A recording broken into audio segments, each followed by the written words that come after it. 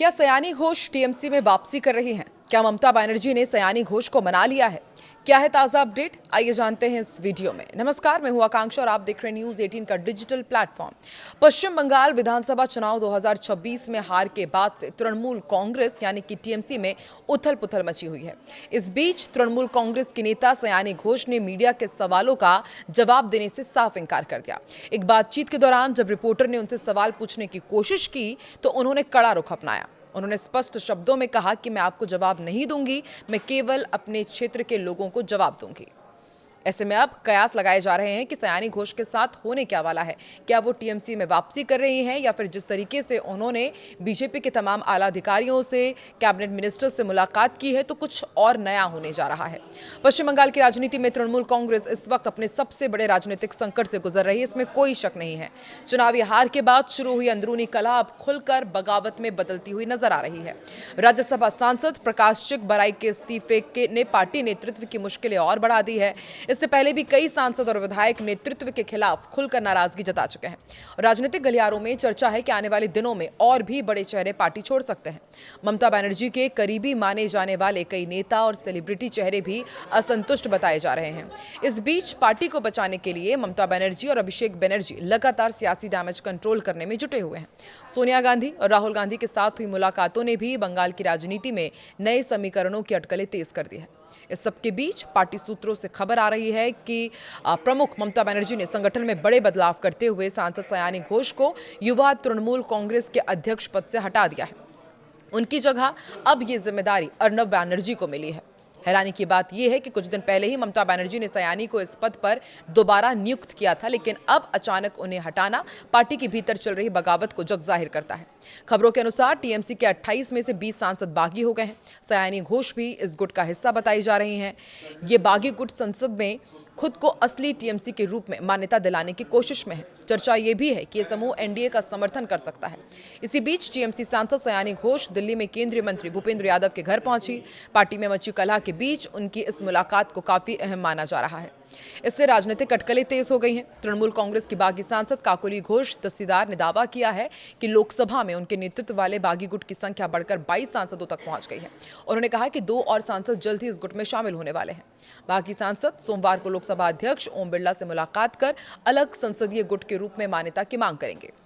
वहीं नई दिल्ली रवाना होने से पहले कोलकाता एयरपोर्ट पर पत्रकारों से बातचीत करते हुए काकोली ने कहा कि हमारी संख्या 22 हो गई है, हमें समय दिया है स्पीकर ने और सोमवार को हम उनसे मिलकर अलग संसदीय गुट के तौर पर मान्यता की मांग करेंगे। हालांकि उन्होंने 2 अतिरिक्त सांसदों के नामों का फिलहाल खुलासा नहीं किया है, लेकिन कहा है कि उनके औपचारिक रूप से गुट में शामिल होने के बाद ही नाम सार्वजनिक किए जाएंगे। उन्होंने ये भी दावा किया कि पश्चिम बंगाल की मौजूदा राजनीतिक परिस्थितियों को लेकर असहमति रखने वाले कई सांसद उनके संपर्क में हैं।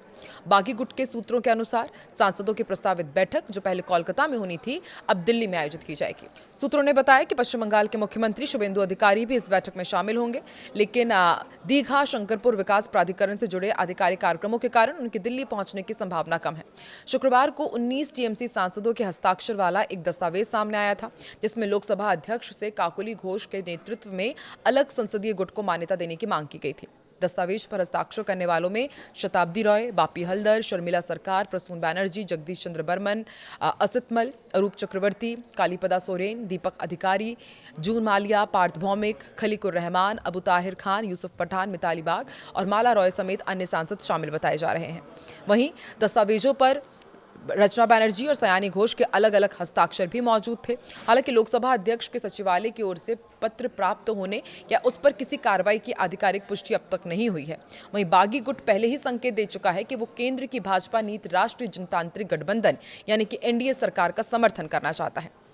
जिन टीएमसी सांसदों के हस्ताक्षर कथित दस्तावेज पर नहीं थे उनमें अभिषेक बनर्जी, कल्याण बनर्जी, सौगत राय, महुआ मोइत्रा, कीर्ति आजाद, शत्रुघ्न सिन्हा, प्रतिमा मंडल और सजदा अहमद के नाम शामिल हैं। पश्चिम बंगाल विधानसभा चुनाव के बाद टीएमसी के भीतर उभरे इस असंतोष ने पार्टी नेतृत्व के सामने एक नहीं कई चुनौती खड़ी कर दी है।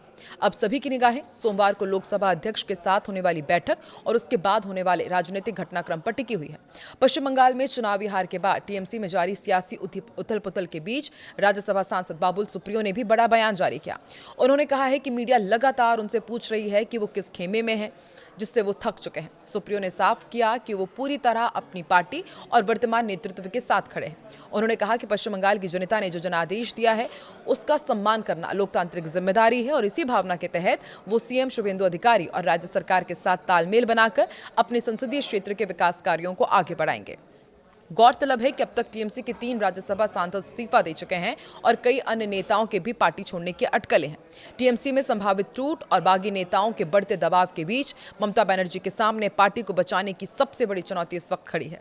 राजनीतिक एक्सपर्ट्स के मुताबिक पार्टी नेतृत्व लोकसभा स्पीकर को यह समझाने की कोशिश कर सकता है कि बागी गुट द्वारा जमा किए गए हस्ताक्षर कानूनी रूप से त्रुटिपूर्ण है या गलत तरीके से हासिल किए गए हैं। माना जा रहा है कि अगर सत्यापन प्रक्रिया को तकनीकी विवादों में उलझाया गया तो ममता बनर्जी को बागी नेताओं को अलग थलग करने और स्थिति को संभालने के लिए थोड़ा समय जरूर मिल सकता है। पश्चिम बंगाल चुनाव के नतीजे के बाद से ही टीएमसी के भीतर असंतोष की जो चिंगारी सुलग रही थी उसने अब दिल्ली आकर एक बड़े सियासी विस्फोट का रूप ले लिया है। मानस रंजन भूनिया का इस्तीफा महज एक शुरुआत है और असली खेल तो देश की संसद यानी कि लोकसभा में होने जा रहा है। सुदीप बंदोपाध्याय जैसे कद्दावर और ममता बनर्जी के बेहद करीबी माने जाने वाले नेता का बागी हो जाना ये साफ करता है कि पानी अब सिर से ऊपर जा चुका है। गृह मंत्री अमित शाह के साथ सुदीप की बैठक की जो इनसाइड स्टोरी सामने आई उसके मुताबिक बागी सांसद अब ममता बनर्जी और उनके भतीजे अभिषेक बनर्जी के फर्स्ट फैमिली वाले रवैये को बर्दाश्त करने के मूड में बिल्कुल भी नहीं है। राजनीतिक और कानूनी गणित के हिसाब से देखें तो 20 सांसदों का एक साथ बागी होना दल बदल विरोधी कानून से बचने के लिए पर्याप्त संख्या बल देता है, क्योंकि ममता बनर्जी के आधिकारिक खेमे में अब सिर्फ 8 सांसद ही बचे हैं। अब माना जा रहा है कि जो बागी सांसदों की बैठक होगी वो बेहद नाजुक होगी। इसमें यह तय किया जाएगा कि लोकसभा स्पीकर के सामने किस तरह से अपनी बात रखनी है ताकि संसदीय रिकॉर्ड में उन्हें टीएमसी से अलग एक स्वतंत्र ब्लॉक या फिर असली तृणमूल कांग्रेस के रूप में मान्यता मिल सके। ये बगावत ममता बनर्जी के राजनीतिक करियर का सबसे बड़ा संकट साबित होने जा रही है। तो इस संकट से कैसे उभरेंगे अब ममता बनर्जी? क्या बंगाल में अब टीएमसी ममता बनर्जी के हाथ से निकल जाएगी और असली टीएमसी का तमगा कोई और ले लेगा? आपको क्या लगता है? कमेंट सेक्शन पर अपनी प्रतिक्रिया जरूर दें।